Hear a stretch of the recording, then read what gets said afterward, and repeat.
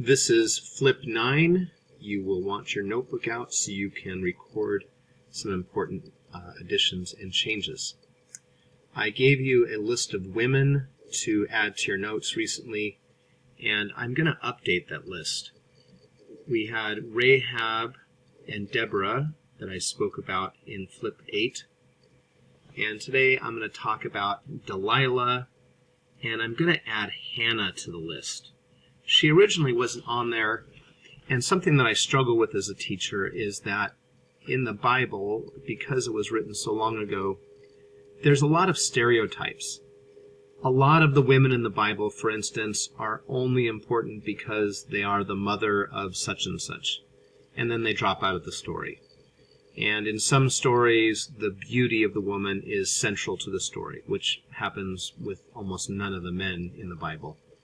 Some of the women in the Bible are tricksters. They're sneaky. And Hannah fits into one of these stereotypes because after she gives birth to Samuel, she kind of drops out of the story. But as I put together the Samuel assignment, I realized there's some really important things I want to say about Hannah. She starts off as the typical barren wife syndrome woman. And lo and behold, through a miracle, she has a child. But in this case, there's a lot of emphasis on her. She's the one who goes to the temple to pray for a son. Eli sees her and thinks she's drunk. She's the one who resolves to dedicate her son to God. And then after Hannah gives birth, she says this hymn of praise, which is all about how God lifts up the lowly and tears down the mighty. And that prayer, it finds a very, very strong echo in the New Testament. When Mary discovers she's going to have a child, instead of barren wife syndrome, it's virgin wife syndrome. Mary, too, according to Luke's Gospel, says this hymn of praise, which becomes known as the Magnificat, which has the same theme as Hannah's prayer, that God is on the side of the underdog, that God tears down the mighty and the proud and the rich, and God lifts up the lowly and the downcast. And the prayer of Mary in the New Testament is probably modeled on Hannah's prayer, something that we'll talk about later on. And the Magnificat is something I'm going to use for prayer the next couple of days in school. I've got some musical versions of it that I particularly like. But that prayer about how God is on the side of the underdog is a theme that comes up over and over in the Bible. God is not on the side of Pharaoh and his powerful Egyptian empire. God's on the side of the little Israelite community, the slaves. We're going to find this later. The Assyrian Empire is going to enter, and the Babylonian Empire is going to enter, and the Persian Empire is going to enter the story. And in each case, the ultimate victor is not the big, powerful, mighty empires, but it's this small nation of Israel that has forged a covenant with God. And it's very difficult to understand the message of Jesus unless you understand that theme that carries throughout the Old and the New Testament. So, Hannah, definition for her, she was barren. She gave birth to Samuel. She dedicated Samuel as a Nazirite. She said that she would not cut his hair. She would not give him wine. She leaves him with Eli the priest, where he grows up and receives his calling to be a prophet. And Hannah is the force behind that. And so she's a little bit stronger, even though stronger character than I was thinking at first. And she does fit into some of the stereotypes, but that prayer of Hannah, that prayer of Mary the Magnificat, makes her worth adding a test question for her. So, the other person I want to speak about is Delilah, and I'm adding her to the list. She does fit into one of the stereotypes as well. She seems to be the sneaky, tricky woman, maybe beautiful woman as well, but her story ties into a very, very well-known story from the Bible that I'd like to address in a little bit more depth. That story is the story of Samson. This was extra credit, and those of you who read this and did the quiz could probably skip ahead a little bit. I'm going to race through the Samson story, although hang with me one more minute because you might learn something interesting here. As the story begins in Judges 13, the Israelites sin against God, and so they fall into the power of their enemies, the Philistines. And then it turns out that there is a woman who is barren, verse 3, and has no children, and an angel appears to her and tells her that she's going to have a child. The angel then says, you are not to drink any wine, and you're not supposed to eat anything unclean, and when your child is born, that child will be a Nazirite. And in the Samuel quiz, I asked you to go back to the book of Numbers and look up the information about Nazirites. And the idea of being a Nazirite is that you were somebody who was consecrated to God, and your hair was a symbol of that consecration. And interestingly, the tradition of dreadlocks actually comes from the Nazirite vow in the Bible. This is a little excerpt from Wikipedia, not the greatest source of information. And in the definition, they say the Rastafarians base it on the biblical Samson, the Nazirite. And I would like to think that the Rastafari, people like Bob Marley, aren't so much basing their hair and their mystical spirituality on Samson, but more on people like Samuel, who was a prophet, and John the Baptist, who was a prophet.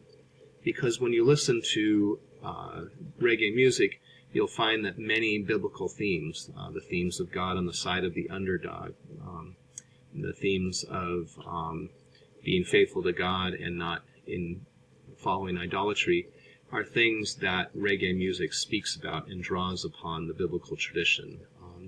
Bob Marley's songs Exodus and Babylon. So Samson is dedicated to God, and his hair is a symbol of that. And in ancient Israel, a person could take the vow for just a certain amount of time, and at the end of the time they cut off their hair and brought it to the temple and burned it, yuck, as a sign that their dedication was over. But Samson is a perpetual Nazirite, a lifetime Nazirite, like John the Baptist or like the prophet Samuel. And that's usually not covered in the children's books that talk about how Samson is very, very strong. And it's not because there's a connection between hair follicle length and muscle mass. It's like the stories of the Ark of the Covenant.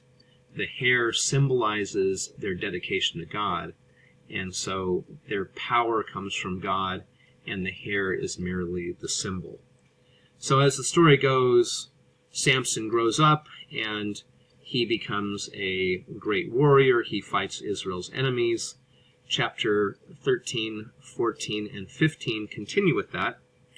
And then when we turn to chapter 16, we find the downfall of Samson.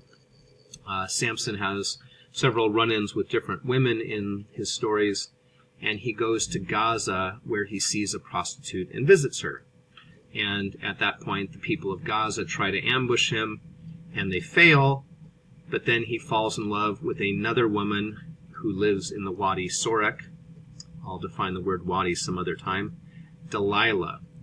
And the Philistines come to Delilah, and they say, verse 5, trick him and find out where he gets his great strength, and how we may overcome him and bind him, and we will pay you some money to do this. So Delilah becomes the instrument of the Philistines taking out Samson. And before I finish the Samson story, I just need to note that Gaza is not just some place in the Bible. Gaza is a place that exists today, the Gaza Strip. And the word Palestine is actually derived from the word Philistines. And we sometimes read these Bible stories, and they're quaint little stories of people going to cities that we've never heard of and killing people we've never heard of. But these places really exist, and violence still occurs here. There are Palestinians who die in the Gaza Strip because of Israeli raids, or there are Palestinians in the Gaza Strip who fire rockets at Israeli civilian settlements. And they're not just quaint little stories about places far away and long ago, but they kind of echo the violence that continues in the land of Canaan, the land of Israel, the land of Palestine today. So, as the story goes, Samson goes to Delilah, or Delilah goes to Samson, and she asks him the secret of his strength. And Samson says in verse 7, "If you tie me with 7 fresh bowstrings, I shall grow weaker." I don't see Samson as too bright of a character. So Delilah gets bowstrings from the Philistines. She ties him up, and then she yells, "Samson, the Philistines are coming." He breaks the bowstrings and then kills the Philistines. And then in verse 10, Delilah says, "You know what? Tell me, how can I make you weak?" And Samson replies, "If you bind me with new ropes, I shall grow weaker." And so, surprise, surprise, she ties him up with new ropes. Now, I would hope he would have caught on after the first time, but he's not all that bright. She yells for the Philistines, and he breaks the ropes, and again, escapes from them. And so in verse 13, she tells them again, or asks them again, "How can I make you weak?" And he says, "Well, if you weave my hair into a web and fasten it, then I will grow weak." Which, of course, she does, and she calls the Philistines, and he breaks them and escapes. So verse 16, she keeps on pressing him until finally he gives in and says, "I'm a Nazirite, and if you cut my hair, then I will have no strength." So Samson's kind of big, strong guy, but not too bright. And Delilah, in verse 18, tells the Philistines, she gets somebody to shave off his hair, and then she calls for the Philistines, and they capture Samson because now he's weak. In verse 21, they seize him and they gouge out his eyes. They bring him down to Gaza, bind him with fetters, and make him grind in the prison. But the hair on his head begins to grow as soon as it was shaved. So as the story continues, the Philistines decide to bring him to their temple of Dagon and to make fun of him in front of everybody. And verse 25, they call for Samson to be brought in, and Samson asks that he be placed next to the columns that support the temple, and he pushes the columns of the temple down and brings down the house, literally killing more Philistines in his dying than those that he killed during his lifetime. That's the closing line there. So the story ends with a happy ending with Samson killing the Philistines. Again, these stories are kind of loaded if you live in the modern Middle East, if you live in the Gaza Strip, if you live in Israel. I gave you a list of men that you should know, and I would like you to make sure that you have some notes on Gideon and Joshua.